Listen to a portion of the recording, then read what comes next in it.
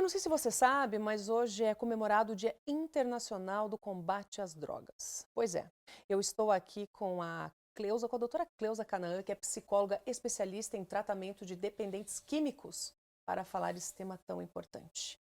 A Cleusa Canaã, que é psicóloga especialista e diretora do Hospital Cleusa Canaã. É isso mesmo? Isso. Eu tenho. Hum, Boa tarde, muito boa Ana. Boa tarde. tarde aos telespectadores. Obrigada por esse espaço, né? Para podermos trazer um pouco mais de informação a respeito de dependência química. Eu tenho um hospital em Piraquara, o Hospital Cleusa Canaã, e a Clínica Cleusa Canaã em Curitiba. E hoje a gente não poderia deixar de participar de momentos em que possamos trazer reflexões a respeito da dependência, né? Que é um tema bastante com muito preconceito, com muita dificuldade das pessoas compreender a natureza da dependência. Então, saindo um pouquinho do que a gente já tinha programado, porque toda entrevista tem uma programação, não que ela não possa sair do roteiro, mas ela falou para mim, a doutora, que tem muito preconceito. Quantos por cento das famílias possuem um dependente químico hoje? Olha, a Organização Mundial de Saúde, ela delimita em torno de 15 a 20% da população com problemas de dependência, principalmente de álcool, né? O álcool é a droga mais consumida, ela é a que traz mais problemas na área social, na área financeira, na violência doméstica, é a porta de entrada para outras drogas, não é? E, no entanto, por ser a mais consumida e a mais disponível, é o que traz mais problemas. Mas a gente tem uma estatística aí de que 17, 15, 17% para usuários de maconha, 2,8% para usuários de cocaína. Então, o índice ele vai variando de acordo com a substância. Isso é muito alto, tá? Muito alto. Então, se você tem algum tipo de preconceito, deixa ele de lado aí e escute essas palavras sábias da doutora Cleusa. Doutora Cleusa, o que é considerado uma dependência química? A dependência, costumo usar o exemplo assim, Ana. Se você está com dor no peito, pressão alta e você está com mal-estar cardíaco, com sintoma físico, você corre ao cardiologista e ele diz, olha, você precisa de uma intervenção. E você não se nega a seguir orientação médica porque você está sentindo um mal-estar. Se você tem uma fratura, a mesma coisa, porque você está vendo o sangue e a dor está ali, então você aceita a orientação médica, né? Na dependência, aí é uma doença invisível. E a dor nunca é no dependente, porque ele está anestesiado pelo efeito da substância. A dor é sempre na família. Então, a dependência química, ela se caracteriza por alguns sintomas de abstinência. Como diferenciar uma pessoa que usa e uma pessoa que é dependente? Pela crise de abstinência. Então, se você quer saber se você tem problemas com álcool, fique sem ele por 60 dias e veja o que acontece com você. Tanto fisicamente, se você terá suor, você vai ter insônia, Tremores. tremores, etc. Então, essa reação física durante esse período de 60 dias é um dos sintomas e as reações psíquicas também. Se entra em depressão, em ansiedade, irritabilidade. Então, a dependência de álcool e outras drogas se avalia pela crise de abstinência e pelo aumento de tolerância. Então, uma pessoa que usava drogas em eventos sociais, eventualmente, não é? Uhum. Daqui a pouco já não é no evento No final de social, semana, né? depois já não é só sábado, é sábado e domingo. Vai aumentando a frequência e vai aumentando a quantidade, vai variando as drogas. Então, isso são indicadores de que a pessoa está já numa fase de dependência. Porque para chegar na dependência, ele passou pelo abuso primeiro. Né? Então, é muito difícil para que a família diferencie o abusador do dependente. Aí é o profissional que vai conseguir definir. Uau, agora eu não sei se eu vou para a vertente da mente do químico ou eu vou para o abuso. Vocês têm ideia do tamanho, da complexidade do problema? Chega até a ser eu não quero ser leviana, porque é um tema muito importante, eu acho que as pessoas têm que ouvir. A senhora prefere o quê? Falar da mente do químico ou dos abusadores? Eu acho que da mente, né? Porque as pessoas que estão nos assistindo têm muitas dúvidas, assim, esse comportamento, será que é um indicador de uso? Será que ele está O meu agindo filho dessa bebe maneira? todo dia na faculdade, isso é um indicador de uso? Isso é um indicador. A forma como chega em casa, porque o dependente ele vai mudando.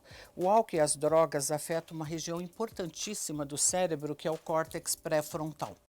Essa aqui é a nossa parte, é o nosso tesouro do cérebro, é essa região. E é responsável pela consciência, pela crítica, pela tomada de decisão e principalmente pela empatia. Então, o dependente ele vai ficando frio no relacionamento familiar, indiferente ao sofrimento da mãe, do pai, dos irmãos, ou às vezes da esposa, né?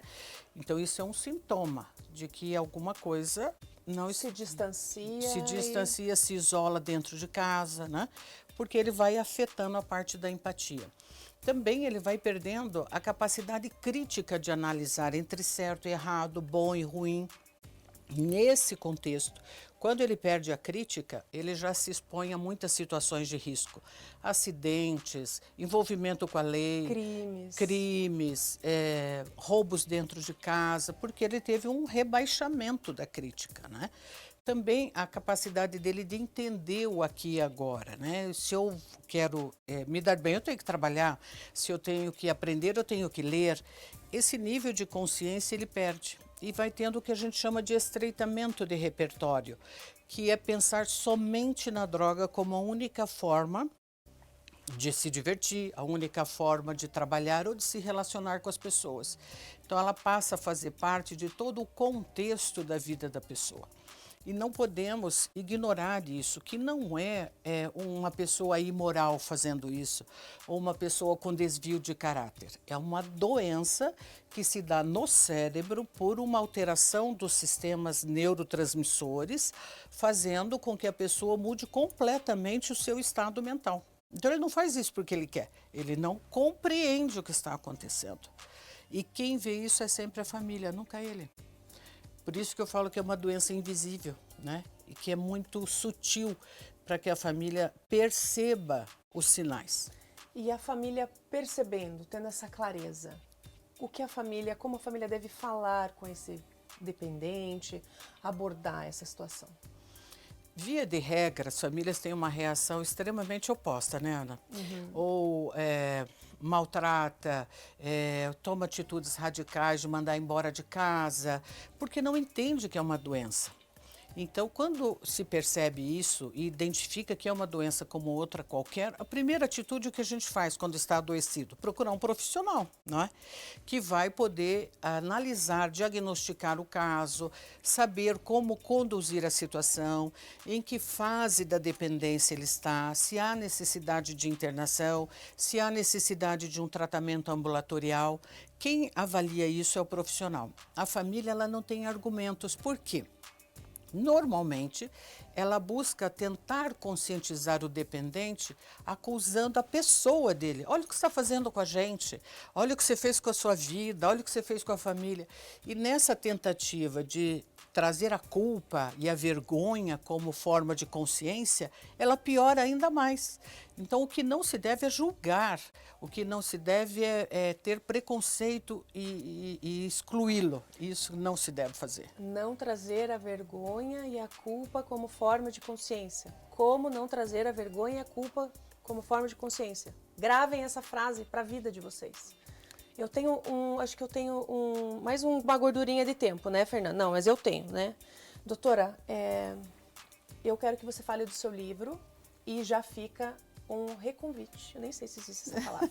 Me fale desse sinto livro. reconvidada. Por favor. Bom, eu fiz esse meu primeiro livro, tenho outro já saindo aí já é a segunda edição deste, mas estou produzindo o próximo, sou escritora também. E nesse livro Faça Certo que Dá Certo, eu procuro trazer informações para a família. Ideias e conceitos sobre a doença, fases do desenvolvimento da doença, abordagem, como que a família deve abordar. No caso de internação, quais são as recomendações, né? Como também isso sobre o cérebro, tem um capítulo específico sobre isso.